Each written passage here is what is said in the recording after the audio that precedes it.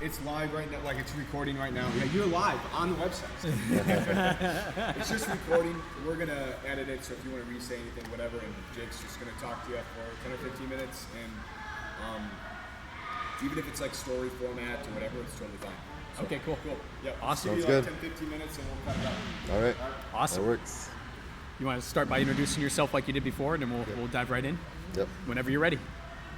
My name is Fabien Rodriguez. I am the coach and director at Ole Futsal Club out of Grand Rapids. Thanks for joining us today, Fabien. It's great to have you here. Thank you. My pleasure. You guys have a storied history that goes back through a couple of brand changes and a couple of different leagues. Why don't you tell us a little bit about the history of Ole and how you ended up here this season? Okay. So Ole originally was a soccer club that started back in 2006, and probably about halfway through that era, we created ABK Futsal Academy. So originally with Ole, we were doing some futsal, but it was mostly just inter-club, everything through our club. We split up into teams, played futsal with the youth. We had a men's team. At that point, it was also Ole, but nothing serious. Wasn't an actual academy. We weren't competing in a league. We ran our own league, and our teams were playing each other. But then the idea came to start ABK Futsal Academy in 2012. We purchased a warehouse, a facility with to install one futsal court, really small basketball-sized futsal court. We ran tryouts. The facility was called Jenga, and that kind of lasted about 5 years. ABK Futsal Academy for about 5 years, up until 2018. We then shut down operations at Jenga, folded our soccer club, and merged ABK with another company called MSA Sports Academy. It's a company that was putting together different sports clubs from our area and building this big sports company. They had, at that time, 3 indoor facilities, and we were the futsal branch out of MSA. I slowly also started working with the soccer club there. So between the soccer club and the futsal academy, it was my full-time job for another 5 years there.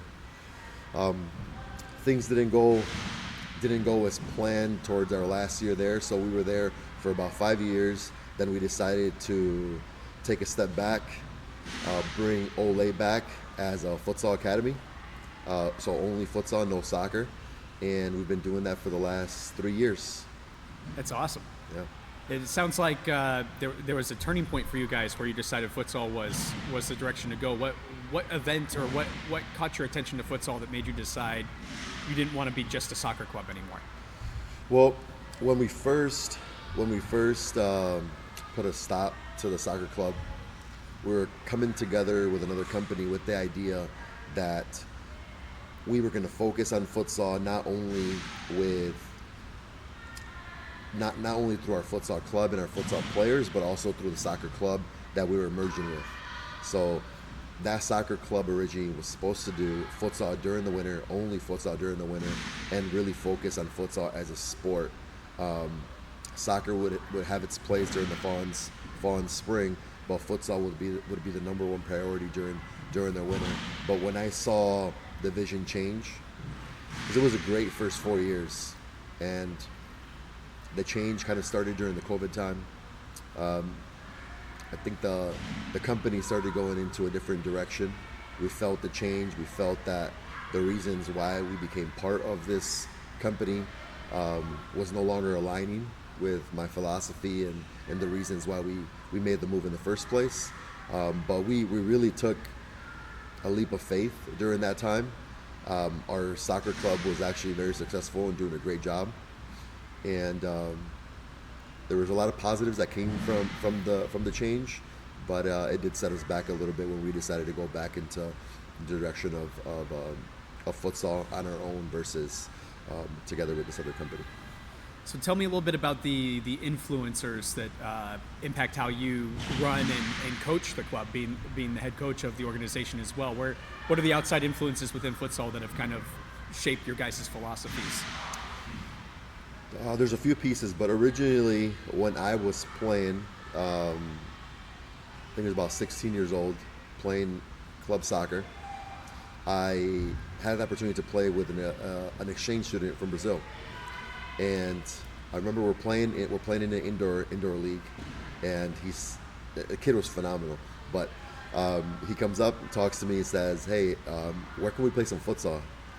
And just asking about futsal, and I was pretty clueless at that point on what that actually meant.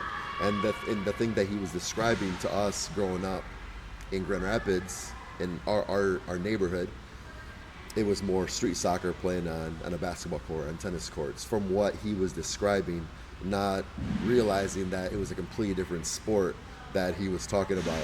So that was my first introduction to futsal. So he spoke to me a lot about it. He was only in the U.S. for a year.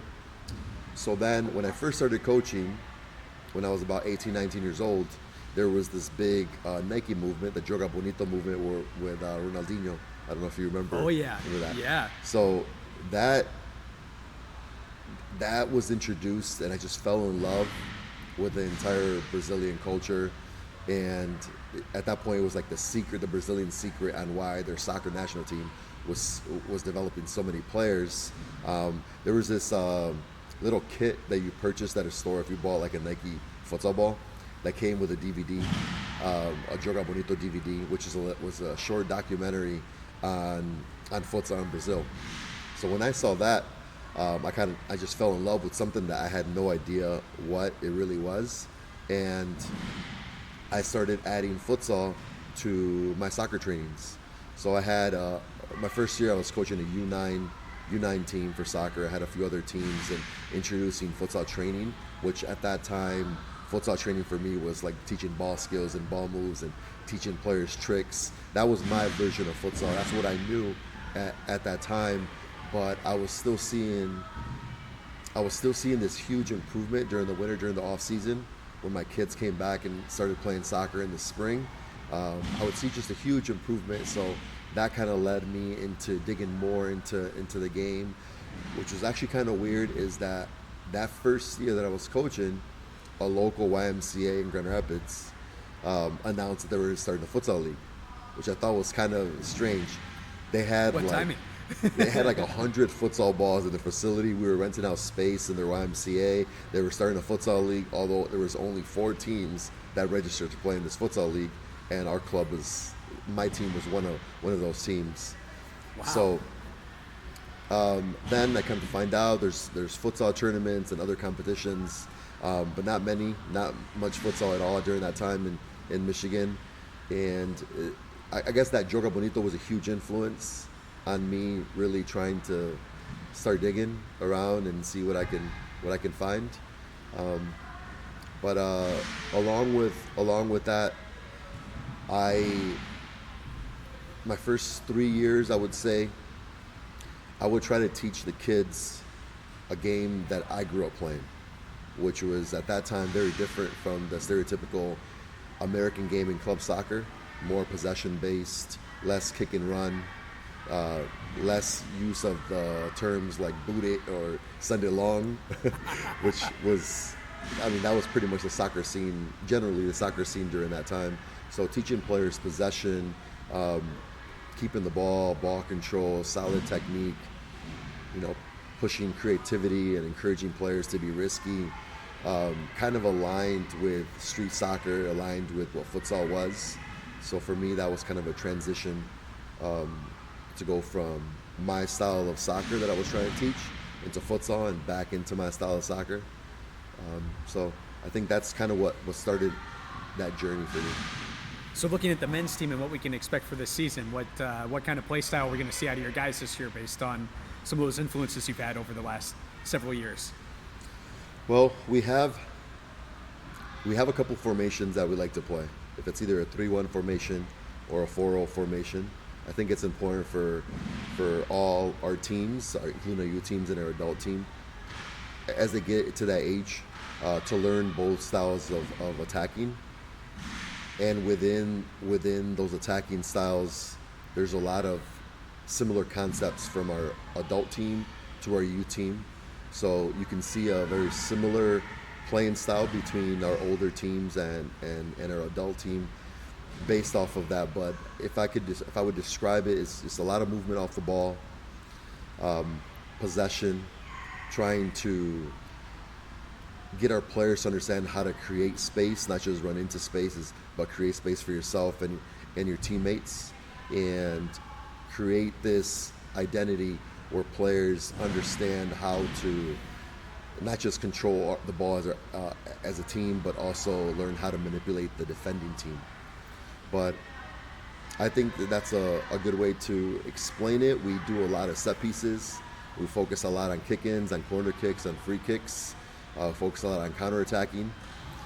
Defending, I would say it takes about 25% of our training throughout the year, so we definitely focus on attacking.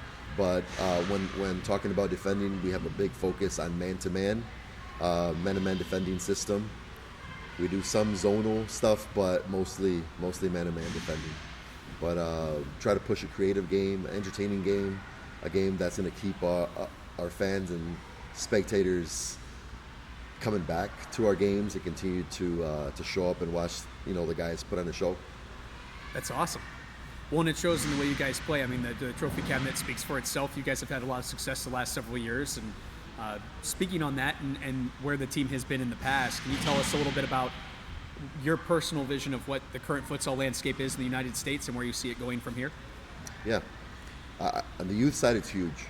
I think every week I feel like I see either another futsal league popping up or another club starting, or just even a small group of people who get together and put together one or two teams. Maybe they have kids in those age groups, but it's growing. Every year there's new clubs, and that's really exciting to see, because I think without that growth of the youth, it's really difficult to continue to see adult players playing.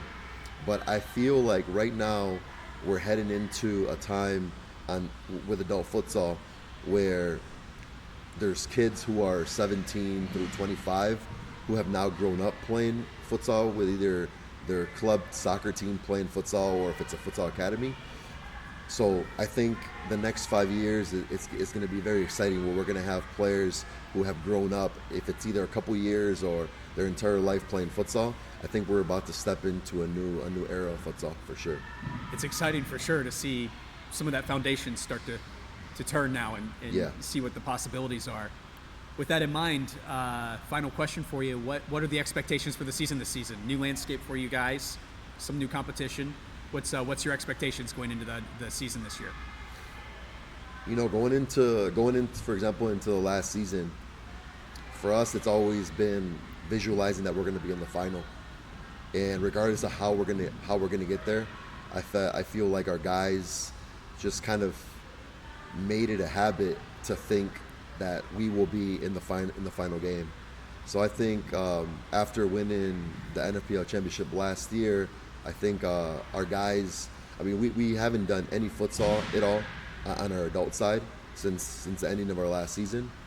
But even with our group text, where everybody is on there, we're talking, weekly, sometimes bi-weekly, on things that we're expecting, changes, tryouts that we have, for example, tomorrow. Everybody's excited and everybody is ready for the season to start. And I think our guys are super motivated. I think there's a difference between this year and a couple years ago when we won it.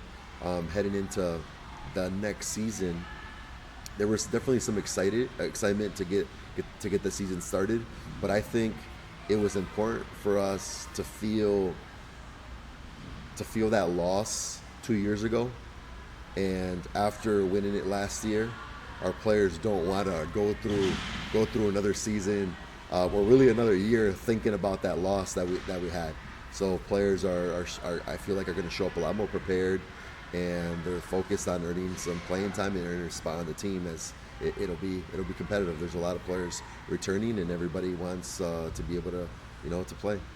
That's exciting. I love the mentality over there, and it seems like it translates to the effort on the court for sure. Whenever we see you guys live behind, on the court, it's always an entertaining match. So I'm definitely looking forward, and I'm sure the fans can agree, are looking forward to seeing you guys in action in FCS this year. Thank you so much for joining us, Fabien. We're looking forward to seeing what you guys bring to the league, and best of luck this season. Thank you. And congratulations on everything that's going on right now behind the scenes. I think you and Jeremy are doing a great job, and we're super excited to be part of this league, and hopefully we can step on the court and put together a nice product for the league. Absolutely. Yeah, we'll be able to do it together. That's the important thing. Thank you so much, Fabien. Thank you.